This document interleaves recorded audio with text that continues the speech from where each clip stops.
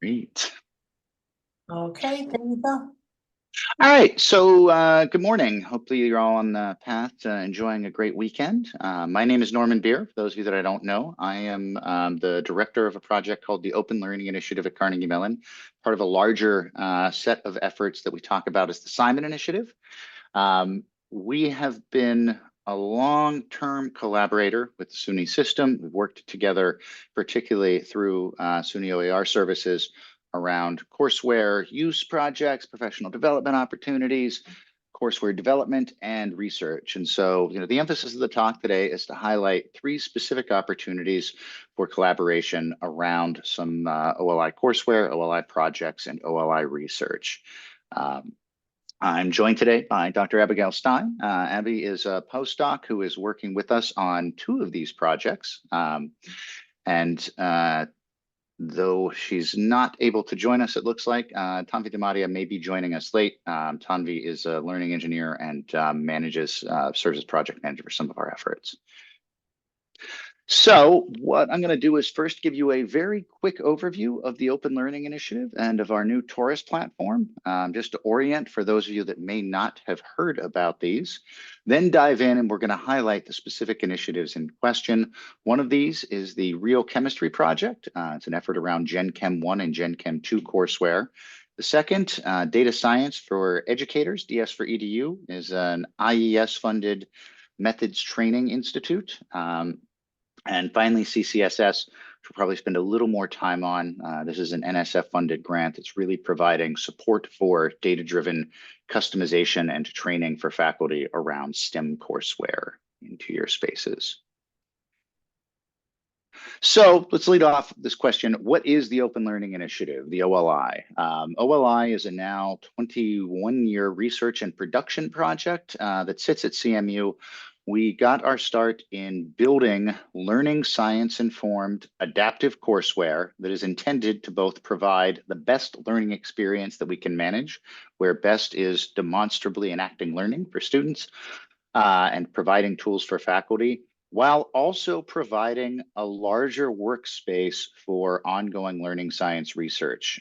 We've taken off a lot of our inspiration from Herb Simon, who in looking across the post-secondary space, really felt that to fundamentally improve teaching and learning, we needed to not make it the job of one learning scientist or a few instructional designers, but rather to really treat this as an empirical and community-based research activity where the research was the work of all of us in the academy, particularly those of us that are in the classrooms. And so OLI attempts to really build that that community-based research activity by providing a larger community that leverages open content, open code, and really emphasizes continuously improving learning in a way that engages with learning science, both in how we build things, but also in how we understand our student engagements.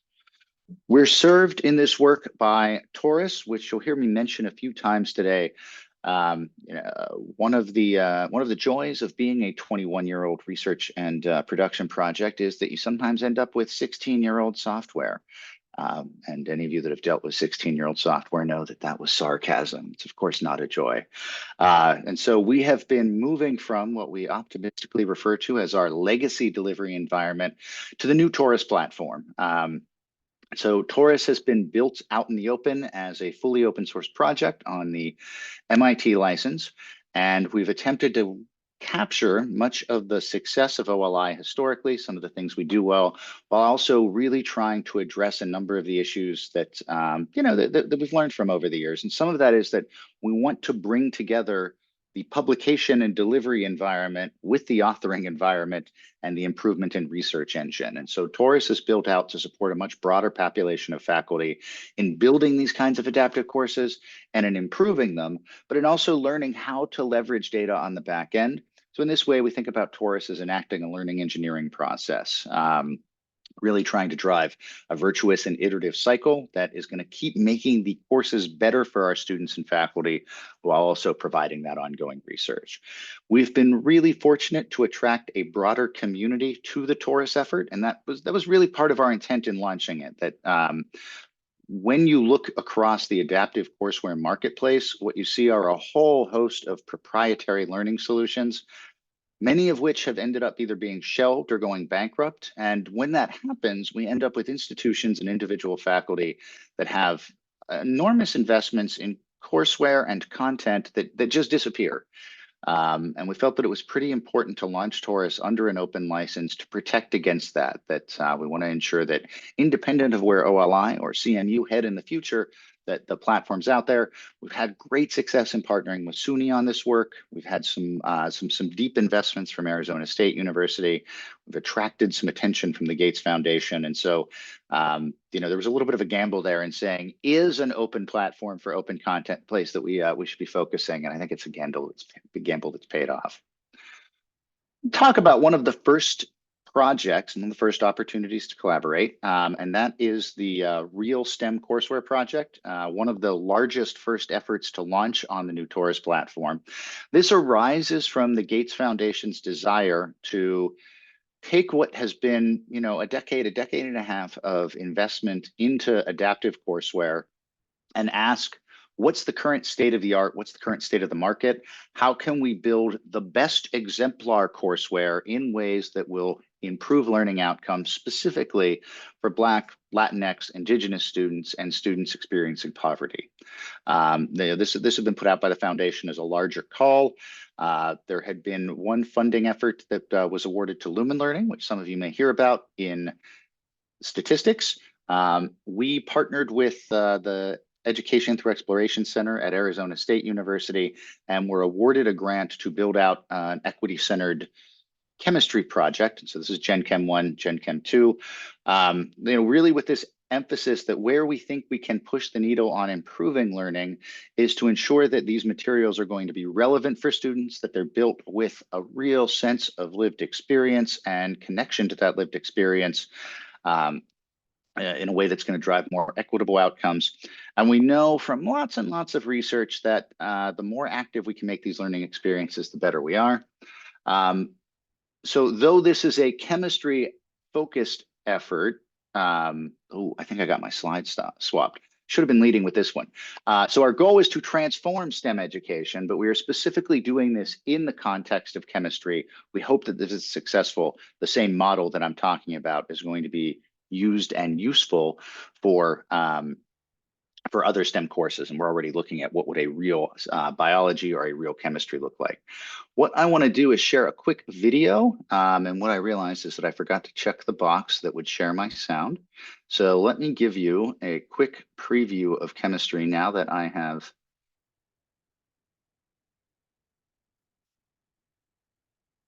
shared appropriately.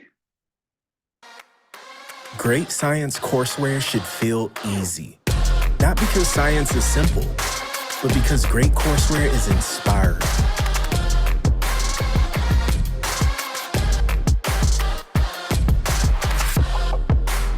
It helps you find meaning and motivation.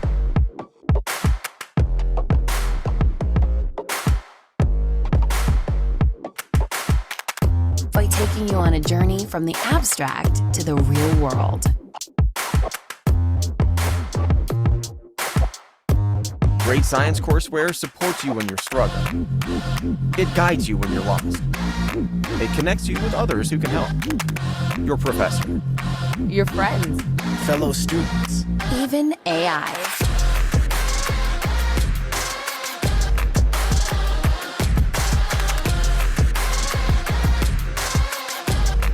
Great science courseware should engage you. It feels easy because it's designed to be intuitive. Great science courseware is inclusive. No matter who you are or where you're starting from, it supports you on your journey. Teaching with great science courseware should be easy, because when technologies are designed by, for, and with teachers, it's easy to get started. It's easy to support students.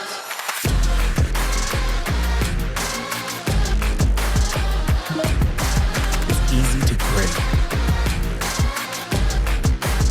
Which leaves more time to focus on what matters most. Great science courseware should feel easy. And when it does, it empowers every learner reach their full potential. Oop, Great science. trying to get to the pause button before it kicked on to the next video. So what you just saw there was what originally started as our vision video, but which is now really something that's been instantiated into the platform. I'm super excited about this project for a bunch of reasons. One of them being that all of the investment around UI and look and feel and analytics and even some ongoing research into how do we usefully incorporate generative AI, and I emphasize usefully in this case because it seems like everyone's throwing generative AI at anything they can find, are showing up not just as course investments, but as platform investments. And so these become tools in Taurus that anyone's going to be able to use. But within the chemistry pilot, what we see is a host of foundational materials that align well with the OpenStax chemistry textbook, that emphasize a broad array of formative assessment that provides targeted hints and feedback, pairs that with high stakes activities and quizzes that can be used to help with grades, then couples that with a host of classroom-based activities that faculty can use and that really tend to emphasize collaborative learning opportunities, social learning opportunities. And then this tool that we talk about is exploration. So much more rich and immersive experiences that help students to really sort of see the relevance, form connections, and take what they're learning from this foundation, put it into a real world context. We continue to look for faculty that are interested in participating in this project. We're especially looking for piloters now. We've are now on the verge of our second formal MVP pilot for Gen Chem 1. So we feel like the course is pretty mature. It's in a great place to get engaged, but it's also not at a place where we can say, this is never going to change. We've got passionate faculty that like to get involved. Still plenty of room to work on that with us. Second project that I wanted to highlight, this is the Data Science for Education project. This comes out of the Department of Education's IES Methods Training Program. And so this is a one-year fellows program. We're looking for people to participate. Currently, the emphasis here is that we are looking for educational practitioners, and that is an intentionally vague phrase. So whether they're faculty, instructional designers, researchers, administrators, folks on the policy side, folks who have some project that can stand up to one year of effort, that is going to help them in taking advantage of new kinds of tools and methods that impact both the learning side of the house, but also the data science side of the house. The Training Institute is primarily remote, with the notion that folks are going to come together as a cohort individually or in small groups. They'll start to refine their project with mentored support from folks in the data science, CS, HCI, and learning science side of the house at CMU.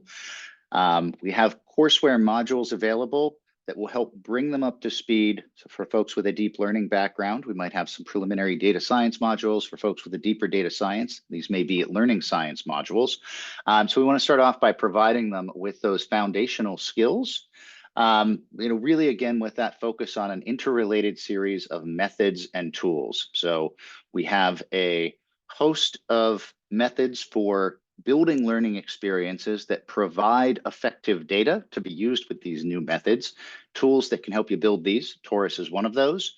And similarly, a range of new data science methods that can help drive educational research, as well as some tools for performing the analysis that are associated with these types of methods. And so we want to try to engage with our cohort in ways that will help them to take advantage of these interrelated tools and methods, allowing them to build better learning experiences, which can then drive their research agenda.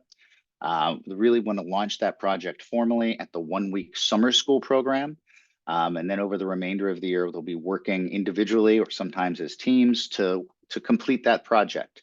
We're hoping that at the end of each cohort, we will see a presentation of those projects and an opportunity to come back and provide mentoring for next year's cohort. So if this seems interesting to you or to some of your colleagues or constituents, you might ask, what makes for a good candidate? As I note, we are defining educational practitioners broadly. We think that there's just a whole range of folks that participate in this space that would benefit from and probably have day-to-day project work that can take advantage of these new tools and these new methods. We are looking for folks that either have some foundational knowledge in stats or some foundational knowledge in learning design and learning science, but we don't expect both. And ideally, we really want this project to support them in their day-to-day work. And so we want this to integrate with those day-to-day responsibilities. You've heard me mention participating in the Simon Learn Lab Summer School a few times. This is a one-week hands-on program that happens here in Pittsburgh. It runs between multiple tracks, educational data mining, online courseware, intelligent tutoring systems, and computational models of learning, and computer science education. The notion is that we have folks that show up with a project. In this case, it would be their DS for EDU project, and they have this chance to work with some of CMU's leading learning, computer, and data scientists with some lecture space, but primarily a whole pile of time to continue to work on these projects and to advance it in collaboration with a mentor. So in participating in this summer school, they should be able to be ahead of the curve in terms of leaving with the start of what becomes the rest of that one-year project. One last note here, we do provide funding for food and housing during that summer school program, as well as some limited travel support. IES does not allow us to pay stipends, but it does allow us to provide that kind of support. And we are looking for participants, and we're looking for applicants. Applications are currently open. We're going to be running a rolling admissions program for roughly the next month, and then look to kick off at the end of May.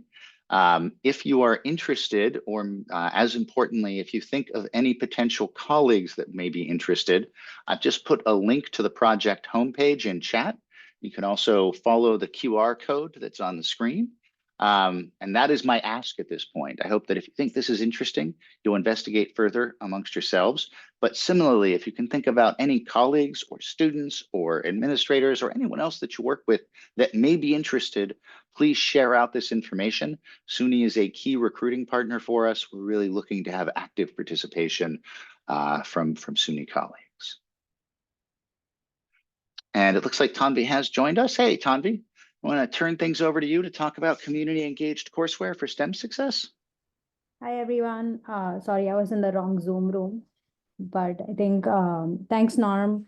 The final initiative is the community engaged courseware for STEM success, as we call it CCSS.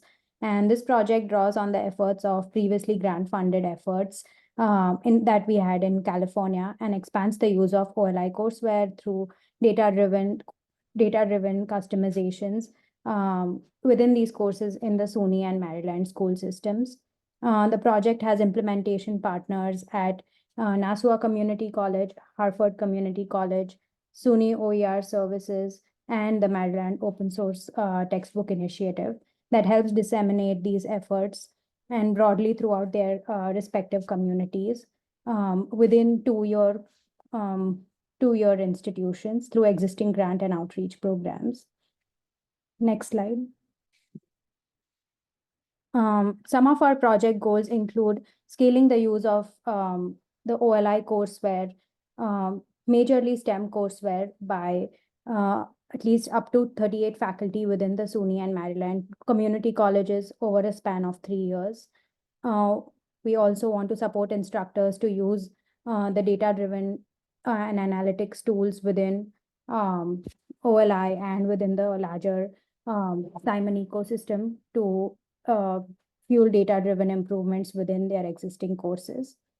And we also want to strengthen students' STEM identity by inviting them to participate in learner sourcing and peer review of student-developed activities.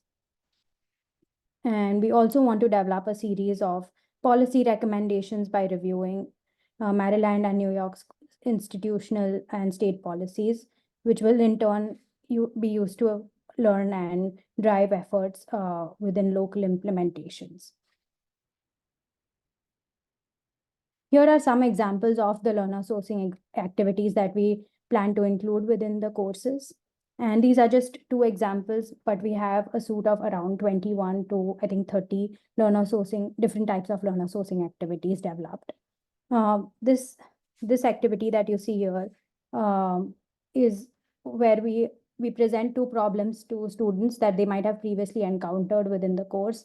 And we ask them why one problem might be harder than the other, even though the two problems are targeting the same learning objective.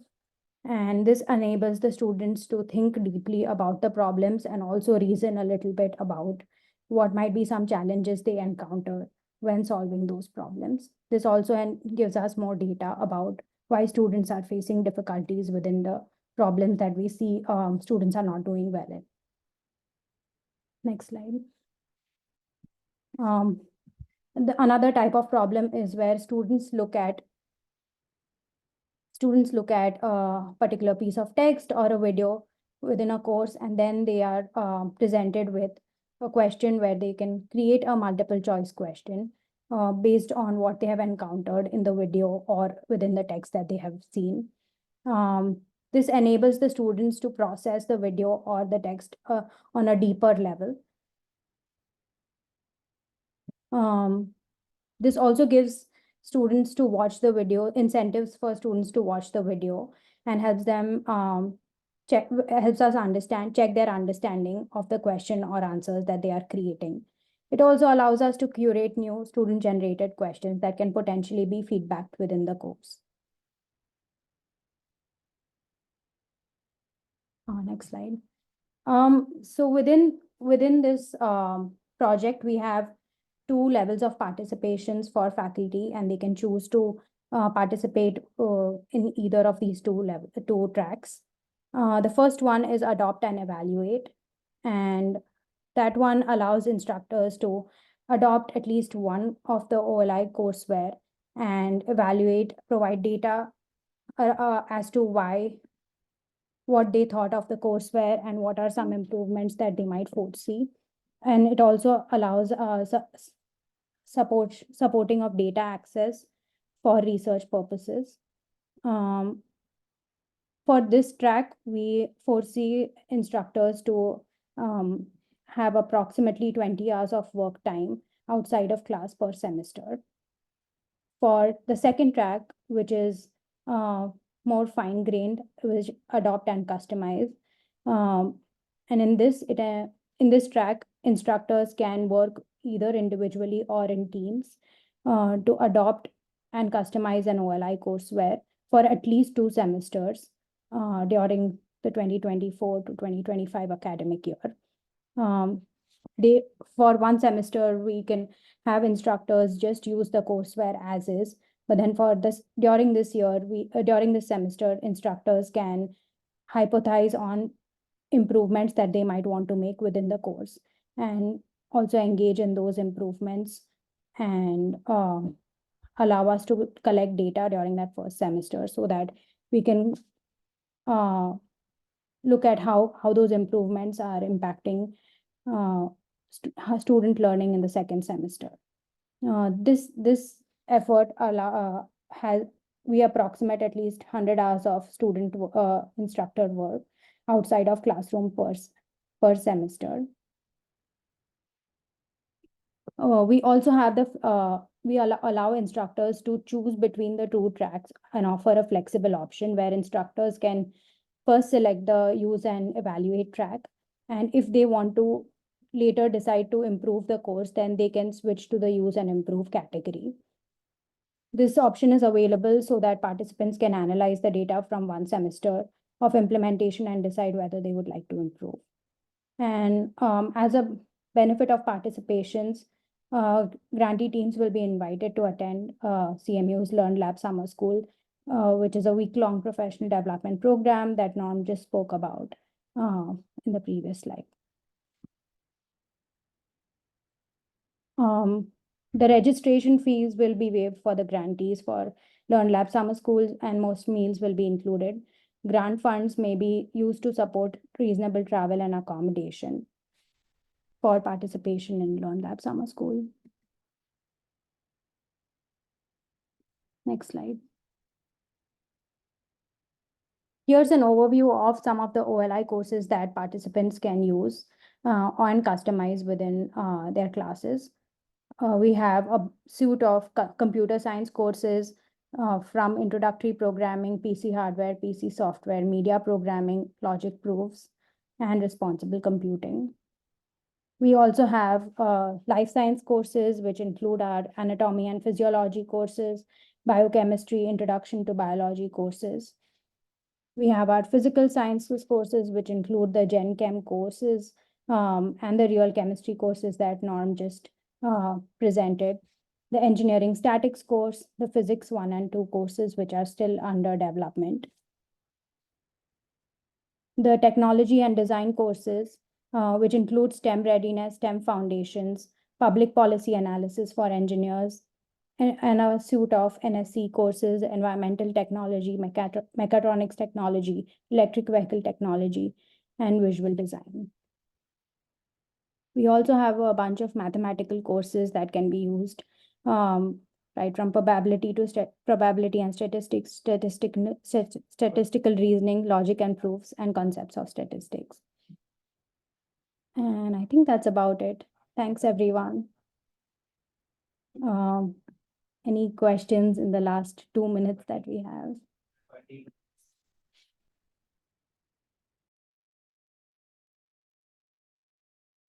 So hopefully these are interesting to you or to some of your faculty and colleagues. So spread the word. We are anxious to get more folks involved in each of these projects.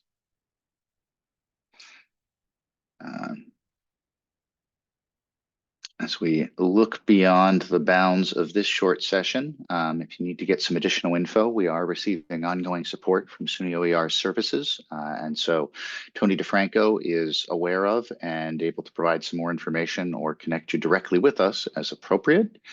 You can reach him at tony.defranco@suny.edu.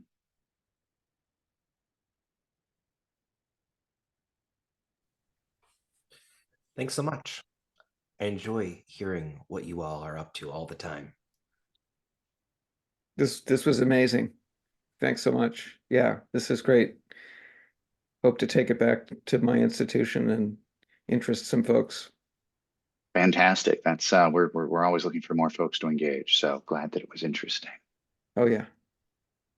Yeah, my plan is to load the Real Chem right into a demo course for my faculty through SUNY OER services so that they can test drive it and play it with it a little bit themselves. So, I mean, though it's great to have that video. I wish every project I worked on had a marketing budget. Yeah, I will say that we did that. I was shocked at how inexpensive it was to pull that off, but at the same time, I too wish I could have, I wish I could afford a hype video for every project that I launch. That's a great video. Yeah. So, is that and even not for project, just hype videos for small things. Sure. Kick off this session when you needed a hype video. Can you get to that video from the website you gave us the link to, or can you give us a link specifically to the video? I can give you a link to the video. Give me one second. Great. I mean, if I want to hype it at my institution, I want to be able to. Not that the most important thing from your session was the hype video. No. Of course not. But you want to interest but it people. is the most easy way to access the project, I think. Give me 1 second here while I grab the link. And the problem with YouTube is that every time that I click on that link, that music starts again. Sure.